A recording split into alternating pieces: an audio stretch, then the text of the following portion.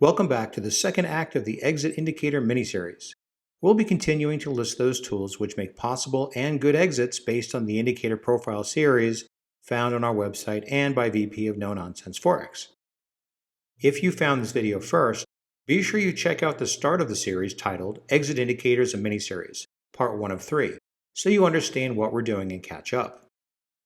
Exit signals, unlike hard take profit and stop loss levels, may afford you opportunities to book more pips because the inherent properties provide a quicker response to price action. Does that mean not to have a hard take profit and stop loss level? That would be a big fat no. Always have those in place as well. In fact, it's part of the no-nonsense Forex methodology. We cover it all in the advanced course. There are those who only rely on fixed numbers, such as psychological levels, which can be those which end in 100, 10, and 5. Many traders place pending, profit and stop loss order instructions at predetermined numbers as noted. The problem is that you're not the only one doing this. A gazillion other traders, and more importantly, the big banks, are watching this as well, which can affect your profits.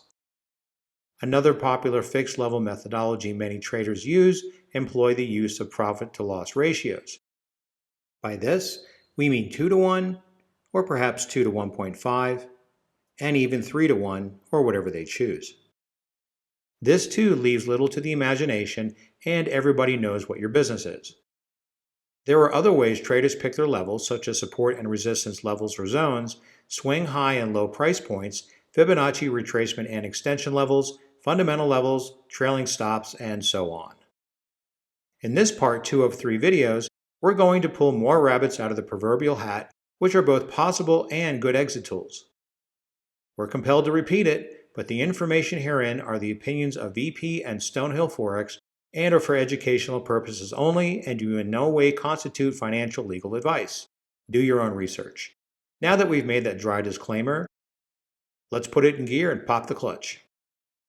One last production note. In the indicator images, we made small changes to their appearances by way of colors and line thickness to better facilitate their respective display qualities. We did not change any indicator settings. As in the first part, we'll start with those classified as possible exit indicators, meaning they might provide decent exit signals with tweaked settings. We'll start with the prevailing trend indicator, which is a below chart 2 lines cross. Now, we'll continue with Sheriff's High-Low, a price overlay color change.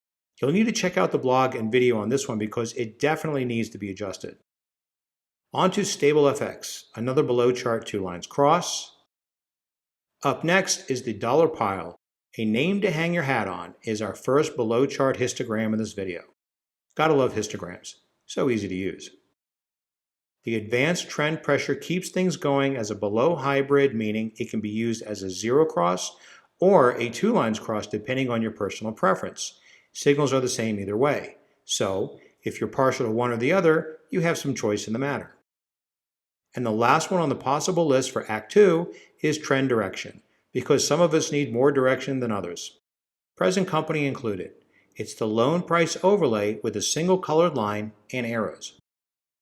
We're upping the ante now, and we'll be starting our yes, this would make a good exit indicator list.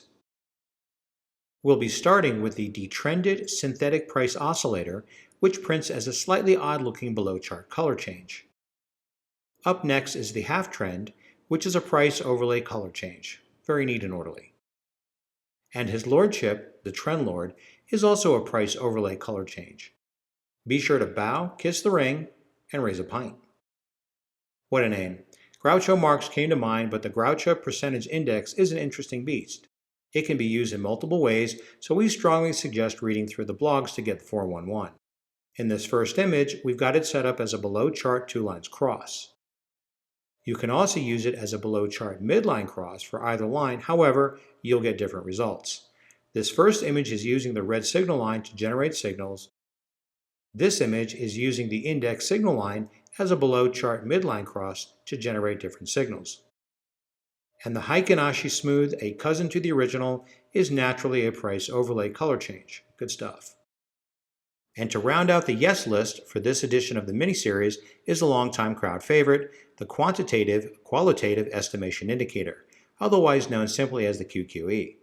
This hybrid can be used both as a below chart two lines cross as noted in this first image, or a below chart midline cross in the second and third images using one line or the other. As noted in the blog, the different versions all gave decent results, so you'll want to read more about it there and then have a little fun with this one. Get all the information you need on these from the blogs and watch the embedded videos. And of course, download them for free from the Stonehill Forex library. That link to the library is in the video's description. Thanks for all the great feedback on the first video in the series. We were pleased to see so many of you found it helpful. If you've just found us, be sure to subscribe to the Stonehill Forex channel so you won't miss the third part of the Exit Indicator series. Wander around on the website and discover a lot of great material to help you with your trading journey. Our only goal is to help you become a better trader.